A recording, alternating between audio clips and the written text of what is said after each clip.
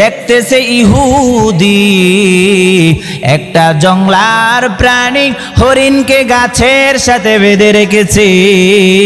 মায়ার নবী জিজ্ঞেস করলেন, ও ইহুদি, এই হরিণকে কেন কেন তুমি গাছের সাথে বেঁধে রেখেছ? ইহুদি বলে, এই প্রাণী হরিণটি আমার জংলার ভিতরে ঢুকে আমার ফলগুলো নষ্ট করে ফেলেছে, আমি এজন্য এই হরিণকে গাছের সাথে বেঁধে রেখেছি। মায়ার নবীর চেহারার দিকে হরিণ তাকাইয়া তাকাইয়া চোখের পানি ফালাইয়া কান্না করে বুঝাইলেন, ওগো মায়ার নবী, আমার দুটো বাচ্চা আছে, দুধ পান করতে পারে না, আমাকে ইহুদি গাছের সাথে বেঁধে রেখেছে। ওগো মায়ার নবী, আপনি একটু বলে আমাকে ইহুদির হাত থেকে ছেড়ে দেওয়ার ব্যবস্থা করেন। মায়ার নবী ইহুদিকে বললেন, ও ইহুদি,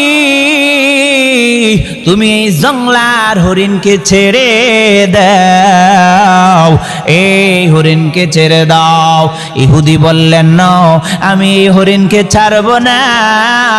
মায়ার নবী বললেন, আমি নবী এই হরিণের জিম্মাদার হয়ে গেলাম, তুমি হরিণ ছেড়ে দাও, হরিণ সময় মতন চলে আসবে।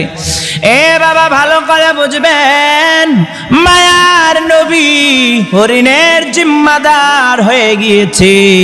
ইহুদি অবাক হয়ে গেল, কারণ কি রে বাবা, এই জংলার হরিণ তো আসবে না, এটা তো প্রাণী, এটা যদি একবার জংলায় যায় আর ফিরে আসার সম্ভাবনা নাই।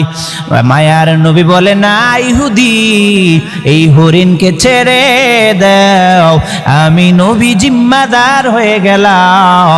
এই হরিণ যদি না আসে, এই হরিণে যেই শাস্তি পাবে, এই হরিণের যেই বিচার হবে, আমি নবীর ওই বিচার করবা। মায়ার নবী জিম্মাদার হয়ে গেল হরিণের। ইহুদি হরিণকে ছেড়ে দিল, মায়ার নবী সেখানে দাঁড়াইয়া রইল। ইহুদি যখন হরিণকে ছেড়ে দিয়েছে, হরিণ জংলার বাগানে চলে গিয়েছে।